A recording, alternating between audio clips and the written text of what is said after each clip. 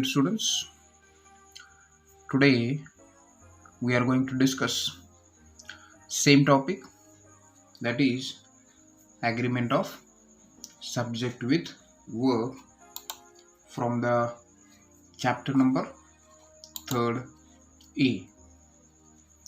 In this part we will be discussing few more important rules that will let you understand how we have to form the subject and verb agreement.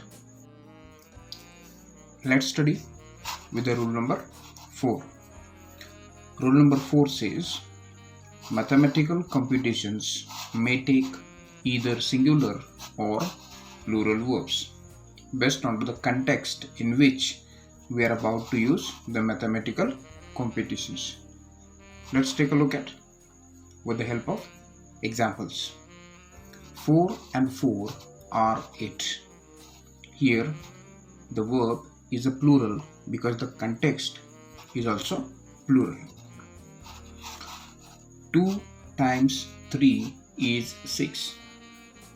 Here the verb used, that is singular, because the context or the subject mean to have a singular in meaning.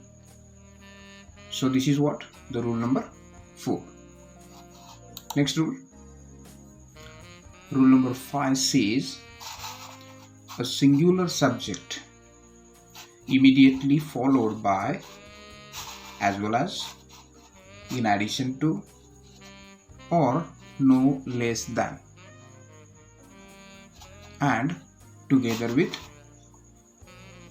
these requires singular verb. Try to understand with the help of example here. The store in addition to the farm was sold. So here the two subjects are connected with the phrase in addition to. In this case we have to use singular verb because here the first subject, that is singular. So concord with the first subject we have to use singular verb. Next example take, that is the coach together with his assistants was praised. Here the first subject is singular but the next subject is plural, but both are connected with the phrase together with. So in this case, instead of considering the last subject, you should consider the first subject, that is a coach, that is a singular. So we have to use singular verb. Last example for better understanding. Vibha as well as her friends was punished. So not to be confused with the last verb here or last subject, that is her friends, that is a plural. So never try to use here the plural verb. Let's take a look at that. Here the main subject is Vibha, that's a singular, connected with the phrase as well as. So when we have these kind of phrases in the sentence that are linked with the singular subjects, so we have to use singular verb, and that is what the rule number 5 says. Moving to the next, we have the rule number 6. Let's try to understand what rule number 6 says. Rule number 6 says a singular verb or a singular subject followed by a plural modifier take singular verb. So here we have some plural modifiers that are connected with the singular subject. So we are not supposed to be confused with the modifiers that are used with the singular subject. So you should focus on the singular subject in that sentence, and then accordingly we need to use the verb that should be singular. For better understanding, learn these given examples. One of the girls looks sick So in this case, we have here the girls as a subject. But here we have modifiers. And the modifiers before the subject have a singular meaning. So rather than considering the verbs or the subject that are looking plural, but they are modifiers before the subject. So we need to consider that, and then we have to use singular verb. Next example, each of the rats was given a cake.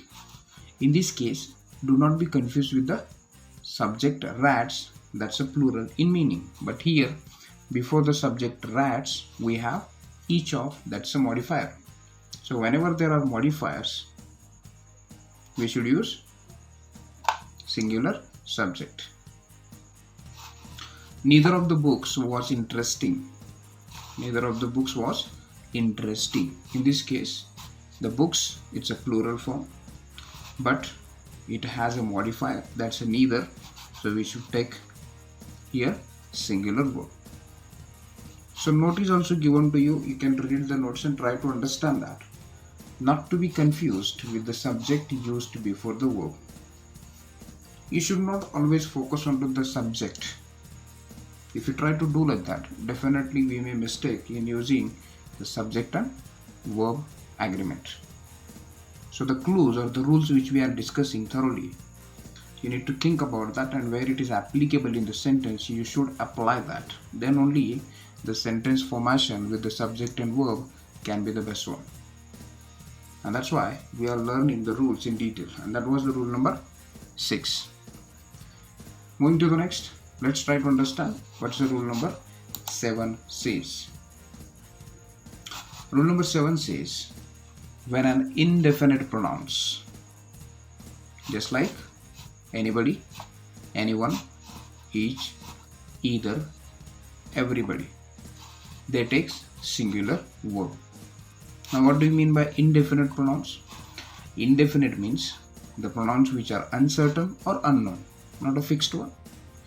And whenever we have these indefinite pronouns, you should always use singular verb.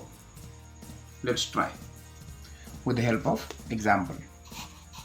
Example says, anybody who cheats is dishonest. So here the subject is anybody, that is indefinite. It's not a fixed one. And when we have this pronoun as a subject in the sentence, definitely the verb should be singular. So not to be confused, use always singular verb with these kind of a indefinite pronouns. Next example for better understanding.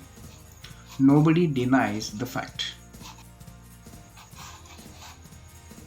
Second example for the better understanding of rule number 7. It says nobody denies the fact. In this case, nobody, that is indefinite pronoun, so it takes singular verb. So that was the rule number 7, and hope that these all rules will definitely help you to form the sentences properly according to the subject. Move to the next.